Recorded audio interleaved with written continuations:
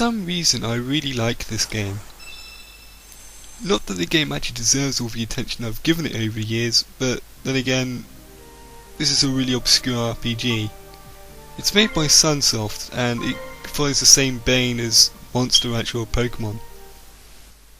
Now you're probably wondering what this RPG is all about. Well, you play as a character called Master Daniel, and he's the biggest dumbass in RPG history. He is what's known in this world as a ruler, a person who can summon monsters. Now, in his travels, unfortunately, he sells his monsters. Yes, that's right, in a world filled with monsters you would think, I would at least want some of them protecting me, but no, he sells them all. And not to mention that it's actually pretty easy to make money in this world. I mean, all you have to do is kill a couple of monsters, sell the seeds on, and hey presto, you've got money. Well anyway, on his travels he ends up bumping into what you later discover to be the two bad guys in the game. You get your ass thoroughly handed to you, then you end up back in a house. Once your character regains consciousness, you start to notice one of the flaws in this game. That the dialogue isn't exactly, well, let's just say, translated very well. In fact, you're about to see a very good example of this right now. In a minute, he goes, "You?" and he goes, "I am cow, grandfather is wolf." Not, "My grandfather is called wolf, my grandfather is wolf," thus implying that he's in fact a wolf. Yes, it's pretty silly, I know, but, you know, you can't really sort of let these things slide if you're reviewing a game, no matter how much of a soft spot you may have for the game. And it's not just that one little tiny bit either, it plagues the entire game, from battle quotes down to main storyline plots. Once you finish laughing at the bad English, you find out that you need to go and visit the town chief to try and get a job. So you step outside the house and you get attacked by two animals, and then you suddenly discover that Monsterseed has the weirdest love triangle in video gaming history. You, that girl called Mal who nursed you back to health, and that yellow duck called Acorn. I kid you not. Once you've taken care of these two pesky animals, which you later find out that it's actually one of Mal's pets, you go and talk to the town chief, and then you go about making your own monsters to fight in a battle coliseum to prove your worthiness. And this is where this review really starts to kick off. Because it's not about the dodgy translation or the poor storyline, it's about the gameplay. Mainly because games like this, it's actually all about challenging your friends to versus battles, which you can do in this game. So if the fighting system sucks, or if the monsters aren't interesting enough, then this game goes down the shitter basically. Anyway, speaking about monsters, let's see how you actually create monsters in this game. Now this is one of the major things about Monsterseed. You'll be doing this quite a lot, because once your monsters die, that's it, they die. There's no going back. Anyway, first of all you pick a seed. If you read the descriptions it will tell you what the ideal temperature is to hatch them and stuff, and what kind of monster you can expect to see coming out of the seed. You actually have a little notebook that actually tells you all the seeds that you've tried and all the temperatures that you've tried them in and stuff. After you've picked your seed, you can pick a solution, which increases the overall stats of your monsters. You only get two at the beginning, or two different types at the beginning. One increases HP and one increases mana. Since I'm using a magic type seed, I'm actually going to have a spirit boost one on there. And essentially that's it.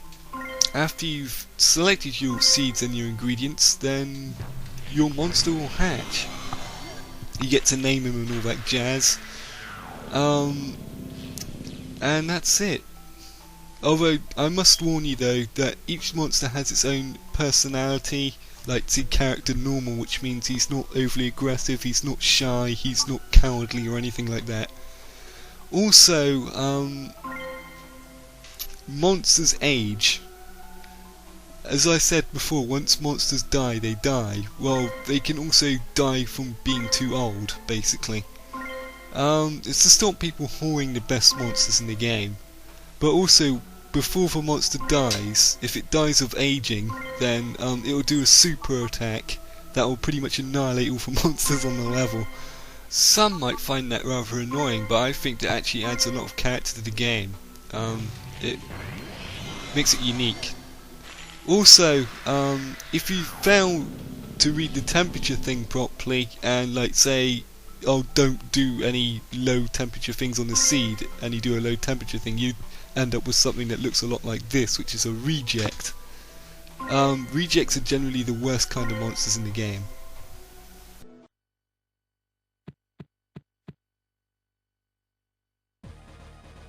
Right then, once you've got yourself a couple of monsters, you can go into battle. This is a arena style battle where two rulers duel it out for supremacy.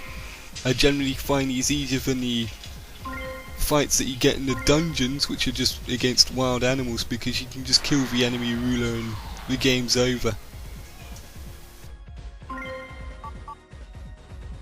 The really unique thing about this game is though that you don't actually have direct control of your army. Yeah, you have direct control of yourself, your main character, but your monsters you just have to give orders to. Like you can tell them to defend you, to assist other monsters, to go directly towards their leader, to just attack anything that moves.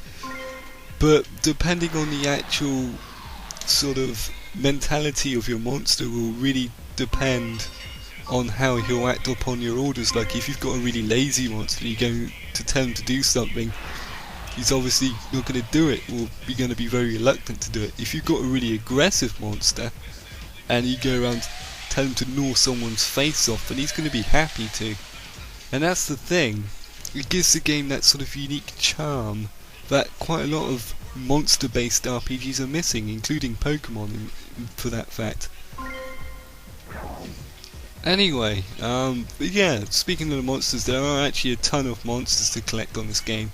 You can't have them all at the same time, you actually are limited to the amount of monsters you can carry about on your person. Also, it's worth mentioning that monsters don't actually gain experience or gain new powers in this game. They stay as they are, basically, throughout their entire lifetime. I would just like to mention that there is another minor downside to this game, and that's exploring the dungeon, or the fact that you don't actually have a map. Some of the dungeons are literally like mazes, and I distinctly remember one instance in the mountains that I was literally just wandering around for hours because I got lost.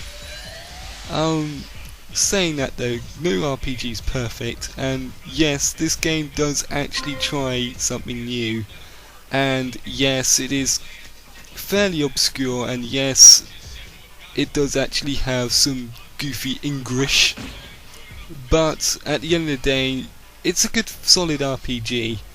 It's not the best RPG I've played, but then again, it does has a lot of redeeming qualities about it, and the 2-player versus mode is just a hoot if you actually manage to get a friend to play this with you.